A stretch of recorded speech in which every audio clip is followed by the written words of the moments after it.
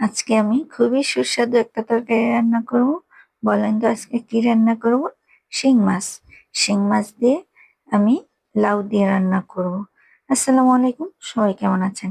এখানে আমি কিছু শিং মাছ নিয়েছি। তো এগুলা জেতা ছিল, তাই আমি লবণ দিয়ে এগুলাকে মেরে তারপরে কেটে সুন্দর করে পরিষ্কার করে নিয়েছি। শিং মাছ যে এতটা কষ্ট শিং মাছ পরিষ্কার করা, তার মধ্যে শিং মাছের মধ্যে থাকে রগ, সেই রগটাকেও কেটে ফেলে দিতে হয়। আমি সেই রগটাকেও কেটে ফেলে দিয়েছি, ভালো করে ধুয়ে নিয়েছি। আর এটার উপরের কালো আবরণটাকেও ভালো করে ঘষে পরিষ্কার করে নিয়েছি। আপনারা দেখতেই পাচ্ছেন খুব সুন্দর পরিষ্কার হয়েছিল। তা আমি একটা কড়াইতে কিছু পেঁয়াজ কুচি দিয়ে, তেল দিয়ে, কাঁচা মরিচ ফালি দিয়ে ভেজে নিয়েছি। ভেজে তারপরে আদা রসুন বাটা বেটে নিয়েছিলাম। একটু আদা রসুন বাটা দিয়ে দিয়েছি, স্বাদ মতো লবণ দিয়ে দিয়েছি। দিয়ে আমি ১.৫ চামচ পরিমাণ হলুদের গুঁড়া, ২ চামচ পরিমাণ মরিচের গুঁড়া আর একটু জিরার গুঁড়া, ধনিয়ার গুঁড়া দিয়ে দিয়েছি। আমি এটা লাউ দিয়ে রান্না করব যেহেতু, বেশি একটা মশলা দিব না।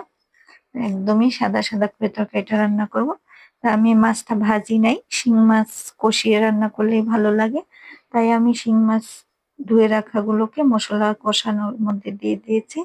দিয়ে একটু নেড়ে চেড়ে মাছটাকে কষিয়ে নিচ্ছি। আমি এই মাছটাকে আলাদা একটা বাটিতে উঠিয়ে রাখবো, কষানো মাছটাকে। এই যে আমি মাছটাকে উঠিয়ে রাখতেছি, আমার মাছটা এর মশলাতেই আমি আবার লাউটা দিয়ে কষিয়ে নিব।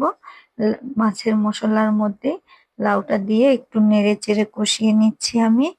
এই যে আমার লাউটা কষানো হচ্ছে, আমি ঢেকে দিচ্ছি লাউটা সিদ্ধ হওয়ার জন্য। লাউতে কিন্তু এমনিতেই পানি উঠে, তাই প্রথমে কোনো পানি দিই নাই, ওই পানিতেই কষাচ্ছি বারবার ঢেকে দিয়ে। তো সিদ্ধ হয়ে আসছে, এর মধ্যে আমি আরো একটু নেড়ে নিচ্ছি। নেড়ে তারপরে ২ কাপের মতো পানি দিয়ে দিয়েছি, যেহেতু আমি এটা ঝোল ঝোল রান্না করব, তাই ২ কাপের মতো পানি দিয়ে দিলাম। দিয়ে একটু নেড়ে এটা বলকে আসলে আমি মাছ কষানো গুলো দিয়ে দিব। আমার মাছ কষানো গুলো দিয়ে একটু নেড়ে দিব, নেড়ে ঢেকে দিব। এই যে ঢাকনা, এই যে হয়ে আসতেছে আমার লাউ তরকারিটা। ঢাকনা উঠিয়ে আরো একটু নেড়ে দিলাম। আমার তরকারিটা প্রায় হয়ে এসেছে।